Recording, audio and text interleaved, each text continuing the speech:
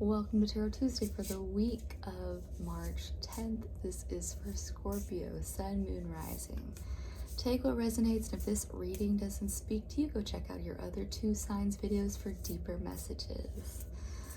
All right, Scorpio, so here we are. We are at a Jupiter going direct in Cancer. It has been a retrograde for about 4 freaking months. Daddy Zeus is back, and Daddy Zeus is this planet of abundance and luck.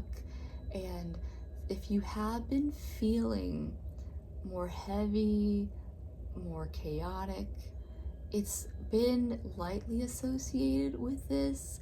So things should start to feel like they're turning around. Spring should be feeling like it has sprung, but we are still under a Mercury retrograde, so things like we aren't out of the woods necessarily, but we are turning around. We're coming to spring. We're almost there. And so we also have asteroid energies this week. We've got Vesta moving into Pisces today, and Vesta is this planet of more spiritual energy. So like with the Mercury retrograde, where we have to watch more communication boundaries that we have or don't have, Vesta's asking us more about our spiritual boundaries and our spiritual sexual boundaries. So like just kind of doubling down on that, is it meant for me or is it not, and holding those boundaries. But we also have Ceres, which is another asteroid, going into Taurus on the 15th, and this asteroid is more about nourishment. How do we nourish ourselves specifically? And it being in Taurus is really saying Taurus is about earthly pleasures, so really grounding into what does our body need to feel nourished. Yeah. And so with all of this celestial energy, we are going to use the Starseed Oracle to give us our messages this week. So let's see, what do we got going on for Scorpio? Here we are. Lost lands, soul memories, and gifts. You've done this before. So this goes to a few things, and especially as starseeds, there's this bit where sometimes starseeds don't feel like they belong anywhere, and you might be this week coming to a place where you are getting memories from past lifetimes. And sometimes this comes when it's like if you pick up a new hobby and you're actually just fucking good at it right off the bat, it is a past life coming through your hands or whatever it is that you do, of full memory of this. So for you, Scorpio, it's saying that like seek out, like if you aren't feeling grounded in this present moment, it might be that there's something that's wanting to come in through a past life of a place of grounding. Yeah. And that even happens where when you visit locations of past lifetimes, where I remember I had done this journey with a group of people, and we all had this lifetime that we were vaguely remembering.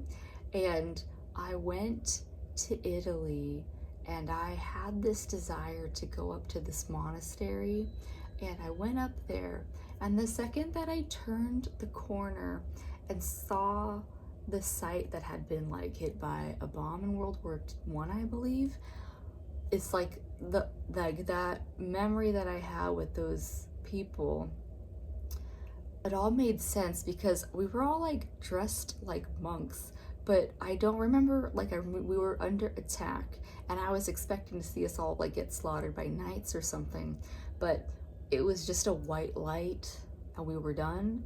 And I turned that corner of that monastery and looked at the rubble and I was hit again, you know? So Scorpio, you can have that type of remembrance if you feel called to a place, or you pick up a new instrument and you just are really good at it right off the bat. Yeah, so just, that is a thing you can be aware of right now. I remember Soul plan, the fated life versus the destiny life, which is what this spread that I use is called. And it is. So the fated life is what you are. You're born here. This is what you have. But the fated life is that hero's journey of where you can go. So Scorpio, you are in this place of, you're here on this planet. We all came here at this time for this mission together. But you haven't maybe found that thing. And this is saying, keep searching. Your life is searching for whatever clues of why we came here at this time, yeah? You're not for everyone. You've had this before, I think. You're not for everyone. Embrace your weirdness. Face your true north. So everything that I literally just told you, to a normal person, to a person who isn't like in any sense seeking, people who wouldn't be drawn to tarot readings, let's just say. Everything that I said in the last like 2 cards would be very woo-woo to them. But for you, this is saying embrace your weirdness. And maybe everything I said was still woo-woo to you, but you know how to walk your own path. You know how to do things for you, and you know how to not like get pulled onto the bandwagon type bullshit, yeah? So that is what the star seeds have for you. That's very powerful. One of the most powerful ones that we've had this week at least. And to ground us back to Earth, to bring us back to this planet, I'm going to use the Earth Power Oracle deck. And what I've been telling the other signs is that, yeah, if you cannot physically travel to this place, you can connect to it and what I say and put up on the screen in a moment. But remember that, for one, physical places that attract you are already power points. So it could be your backyard, it could be the beach, it could be a mountain, it could even just be a tree that you pass by on the street when you're going to work.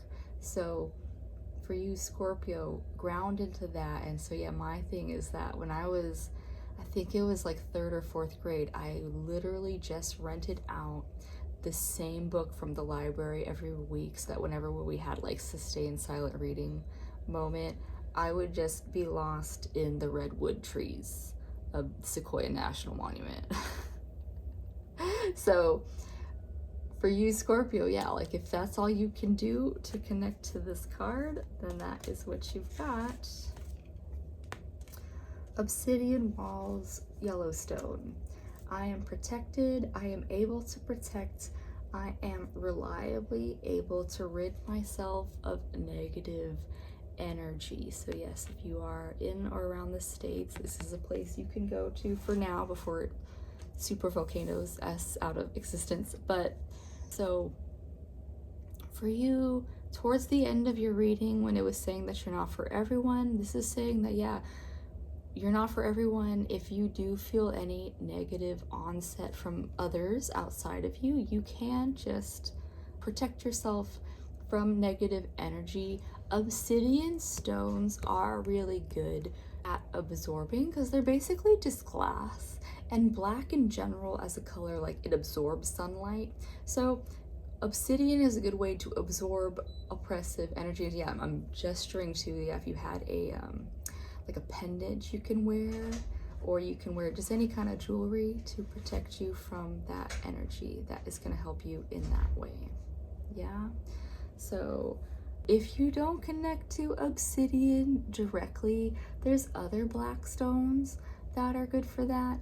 But as I've talked to some people about, like for me, black stones aren't productive. If it works for you, Scorpio, use black stones.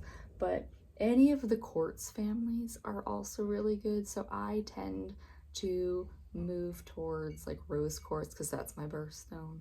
But amethyst, clear quartz, citrines, things like that. Yeah, that's what I have for you this week, Scorpio. I do hope that, yeah, if you can tap into any of this energy that I spoke about with your past lives, that'd be great. And if not, that is where you are this week. And I'll see you next time. Bye.